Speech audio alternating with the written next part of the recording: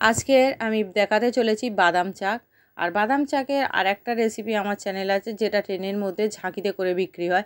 তো ট্রেনের মধ্যে আবার এটাও বিক্রি হয়, এটা তবে প্লাস্টিকে সিল করা। তো দেখেই বুঝতেই পারছেন দেখে কতটা দেখতে লোভনীয় হয়েছে।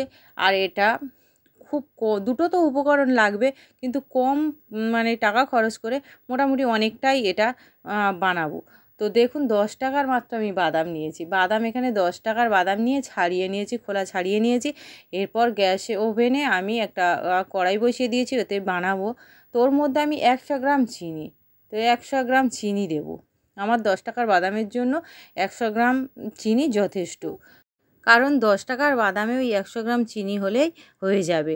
তো এরপরে যখন কড়াইয়ের সাইড দিয়ে দেখা যাবে ক্যারামেল মানে হতে শুরু করে দিয়েছে, চিনি গলতে শুরু হয়ে গিয়েছে, তো তখন আমি মিশিয়ে নিতে থাকবো। দেখুন হালকা ক্যারামেল বোঝা যাচ্ছে। তো এইভাবে মিশিয়ে নিতে থাকবো। আর এর আঁচটা কিন্তু জোরে আঁচ দেওয়া যাবে না। যে প্লেটে সেট করব তাতে একটু তেল লাগিয়ে নেব, ব্যাস। এরপরে লাগিয়ে রেডি করে রেখে দিলাম। আর দেখুন ক্যারামেল মোটামুটি তৈরি হয়ে যাচ্ছে। আঁচটা কিন্তু মিডিয়াম টু লোতে রেখে করলে খুব ভালো হবে, না হলে ক্যারামেলটা পুড়ে যাবে, বাদাম চাকটা খেতে ভালো হবে না, তিতো তিতো লাগবে ওই জন্য। তো কালারটা দেখে বুঝতেই পারছি কত সুন্দর মতো কালার হচ্ছে। আর চিনিটাও মোটামুটি আমার মেল্ট হয়ে গিয়েছে প্রায়, আর সামান্য একটু আছে। তো এইটুকু যখন মেল্ট হয়ে যাবে, তো দেখেই বুঝতেই পারছেন মোটামুটি চিনিটা আমার মেল্ট হয়ে গিয়েছে।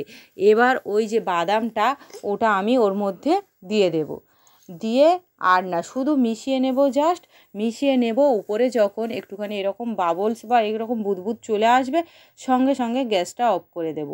দেখেই বুঝতেই পারছেন উপরে এই কীরকম বাবলস তৈরি হয়ে গেছে, সঙ্গে সঙ্গে বন্ধ করে দিলাম।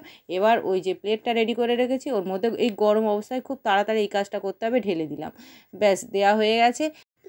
এবার এটা ঠান্ডা হওয়ার জন্য অপেক্ষা করব। আর এই গরম অবস্থায় যদি ছুরির সাহায্যে একটুখানি দাগ দিয়ে দেওয়া যায়, তাহলে কিন্তু কাটলে বা পিসগুলো একদম যেমন দোকানে পিস করে রাখে না, সেরকম হবে।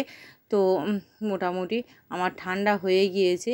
তো এবার ছুরির একটুখানি এরকম মুখ বা একটু ওই কোণ দিয়ে মুখটা দিয়ে একটু এরকম চাপ দিলেই কিন্তু এটা উঠে আসবে পুরোটা। তো দেখুন খুব সহজেই কিন্তু উঠে গেল। এবার এটা কি করব, এটা একটা প্লেটে রেখে দিলাম। এরপরে এটা কি করব, একটা করে পিস করে একটু পিস করব, মানে ছোট ছোট করে একটু পিস করে নেব।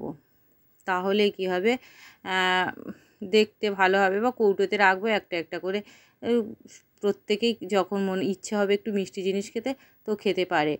আর দেখেই বুঝতে পারছেন দেখতে কতটা সুন্দর হয়েছে।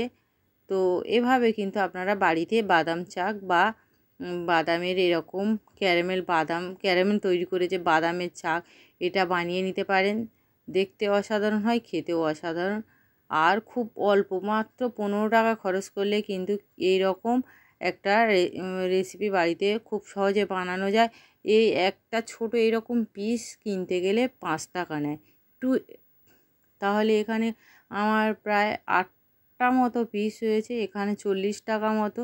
তো মাত্র 15 টাকা খরচ করলে কিন্তু এখানে অনেকটাই বাদাম চাক এরকম বাড়িতে বানিয়ে নেওয়া যায়। আর বাড়ির জিনিস তো ফ্রেশ হবে।